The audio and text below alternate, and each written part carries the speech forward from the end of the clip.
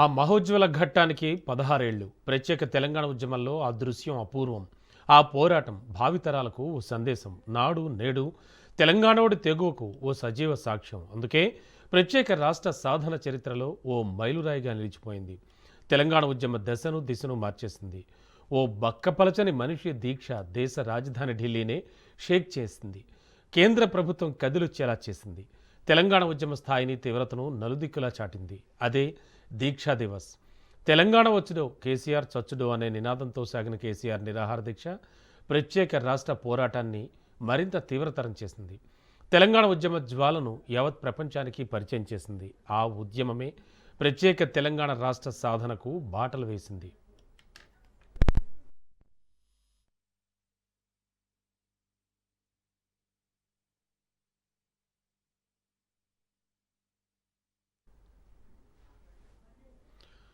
2009 November 6వ తేదీన ఆమరణ నిరాహార దీక్ష చేపడతానంటూ సంచలన ప్రకటన చేశారు కేసీఆర్.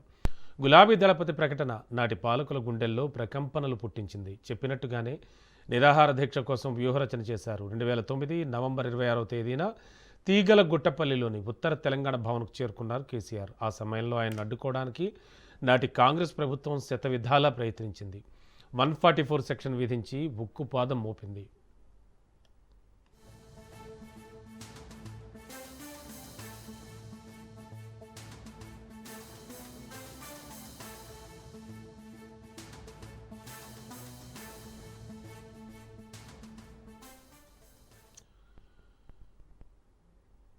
కేసీఆర్ సచ్చుడో తెలంగాణ తెచ్చుడో అనే నినాదం తెలంగాణ సమాజాన్ని ఏకం చేసింది. బీఆర్ఎస్ అధినేత కేసీఆర్ ఆమరణ నిరాహార దీక్షకు దశాబ్దన్నర కాలం పూర్తయింది.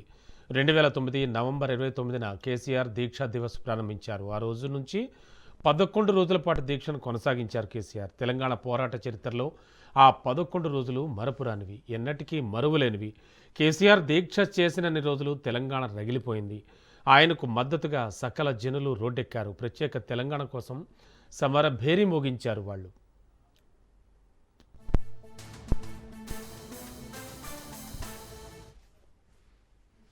తెలంగాణ రాష్ట్రం కోసం కేసీఆర్ కోసం తెలంగాణ జనం అన్నట్టుగా సాగింది దీక్షా దివస్. ఆ ఉద్యమ ఘట్టాలు కరుడుగట్టిన సమైక్యవాదుల్లోనూ మార్పు తీసుకొచ్చాయి. ఢిల్లీ పాలకుల మెడలుంచాయి. బండెనక బండి కట్టినట్టు గులాబీ దండు వెనక ఉప్పెనై కదిలింది తెలంగాణ సమాజం. ఆ పోరు తెలంగాణను చూసి కేంద్రం దిగొచ్చింది. ప్రత్యేక రాష్ట్రం చేస్తున్నట్లు ప్రకటన చేసింది. డిసెంబర్ 9న తెలంగాణ రాష్ట్రం ఏర్పాటుకు ప్రకటన వెలువడిన తర్వాతే కేసీఆర్ తన దీక్షను విరమించారు. దీంతో అప్పటి వరకు కొంతమంది వరకే తెలిసిన తెలంగాణ ఉద్యమం ప్రతి ఒక్కరికి తెలిసింది. మేధావుల నుంచి సామాన్యుల దాకా తెలంగాణ దావానలంలా పాకింది.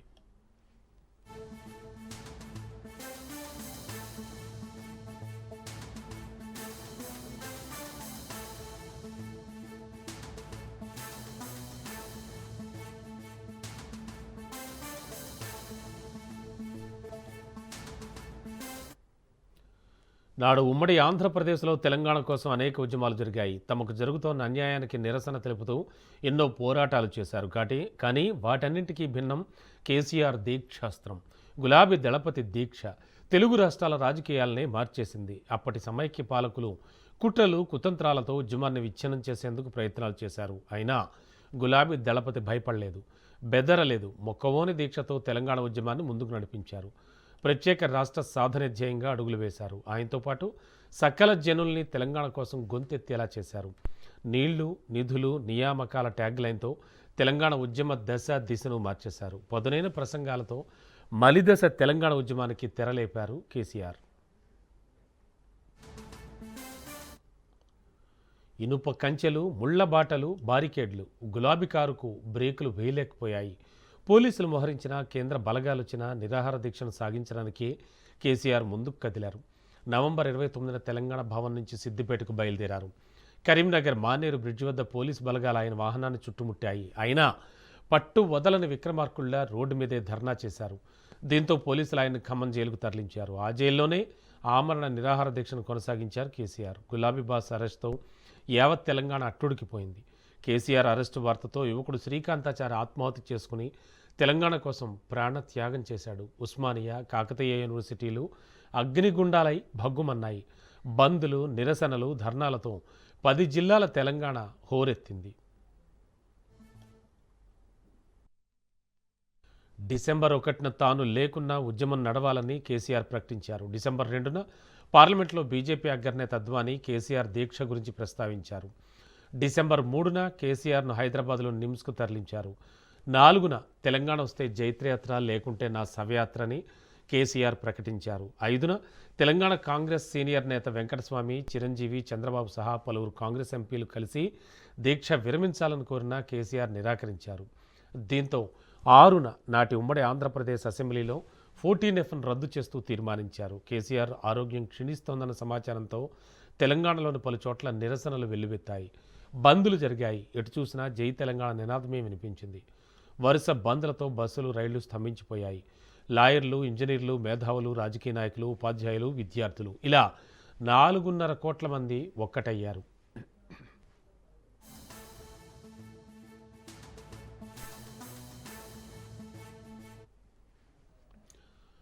మరోవైపు రోజులు గడుస్తున్న కొద్దీ కేసీఆర్ ఆరోగ్యం క్షీణించింది. దీంతో కేంద్ర ప్రభుత్వం దిగొచ్చింది. అప్పటి కేంద్ర హోంమంత్రి హోదాలో ఉన్న చిదంబరం తెలంగాణ రాష్ట్ర ప్రక్రియ ప్రారంభించామని ప్రకటించారు. ఇక ఆ ప్రత్యేక రాష్ట్రం ప్రకటన వెలువడ్డ తర్వాత డిసెంబర్ 9న కేసీఆర్ ఆమరణ దీక్షను విరమించారు. అనంతరం సీమాంధ్రలో సమైక్యాంధ్ర కోసం ఉద్యమాలు మొదలు కావడంతో ప్రత్యేక తెలంగాణ రాష్ట్ర విషయంలో మళ్లీ 23వ తేదీన కేంద్రం వెనక్కి తగ్గింది. కేంద్రం మాట తప్పినా కేసీఆర్ చేపట్టిన ఆమరణ దీక్ష స్ఫూర్తిగా తెలంగాణ పల్లెలన్నీ ఏకమయ్యాయి. ఉద్యోగులు, కార్మికులు, ప్రజలు సమరభేరిని మోగించారు. ఆ పోరాట ఫలితమే నవ తెలంగాణ.